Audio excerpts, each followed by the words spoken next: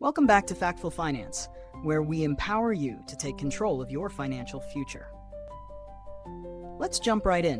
What if I told you that most budgeting advice you've heard is actually wrong? That's right. So many of the so-called golden rules of personal finance can leave you stuck in a never-ending cycle. But don't worry. Today we're flipping the script and showing you how to create a budget that actually works. Here's a powerful question. Have you ever felt like no matter how much you save, your bank balance never seems to grow? You're not alone. Whether you're trying to pay off debt, save for a vacation, or build an emergency fund, mastering personal finance is more than just tracking your expenses. It's about understanding the why behind your spending habits and setting strategies that reflect your goals.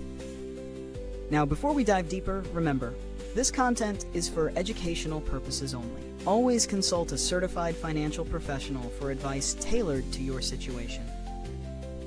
Let's start with the fundamentals. A budget is a tool to control your finances, not a restriction. The key here is strategy, and it's all about the numbers. But it's not just about keeping track of every penny. It's about making sure your money is going where it really matters. First, let's talk about the 50-30-20 rule, a popular budgeting method that has helped countless people get their finances in order. This rule suggests that you allocate 50% of your income to essentials like housing, utilities, and transportation. Then, 30% is for non-essentials. This is where you can spend on things like entertainment, dining out, and shopping. Finally, 20% goes towards savings and debt repayment.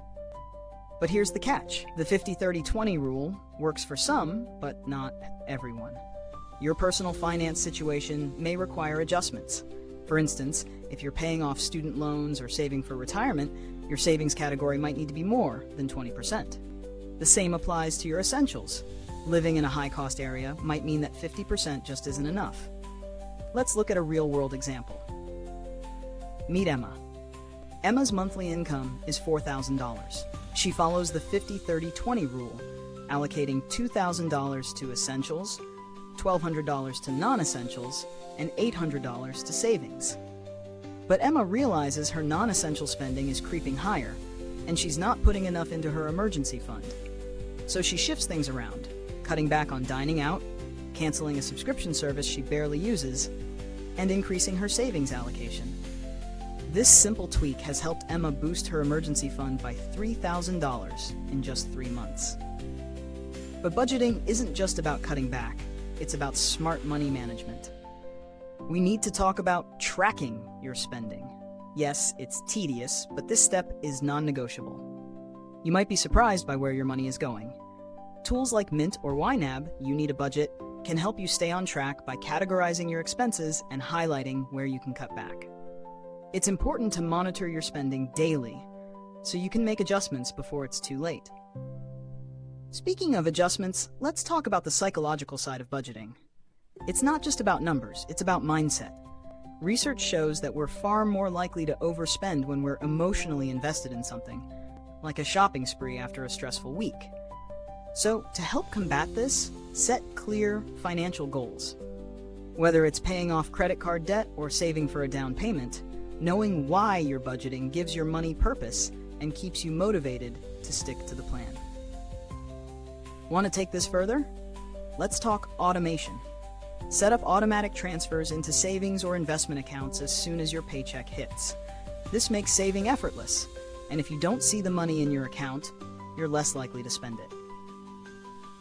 Now let's address one final common mistake: underestimating the importance of an emergency fund. It's easy to get caught up in saving for big-ticket items like vacations or a new car, but without an emergency fund, a sudden expense could throw your whole budget off track. Financial planners recommend saving at least 3 to 6 months' worth of expenses for emergencies. Start small if you need to. $500 or $1,000 can make all the difference when the unexpected happens. And here's the thing: personal finance is a journey, not a race. It's about creating a system that fits your life and your goals. Whether you're just starting or looking to optimize your budget for the next big step, remember, it's not about perfection, it's about progress. So, what's your biggest money challenge right now? Is it saving more, paying off debt, or finding a budgeting strategy that actually sticks? Drop a comment below. I'd love to hear from you. Remember, this content is for educational purposes only. Always consult a certified financial professional for personalized advice. If you found this helpful, you're going to love what's coming next. Keep watching, because we're diving into more tips to supercharge your financial success. Trust me, you don't want to miss it.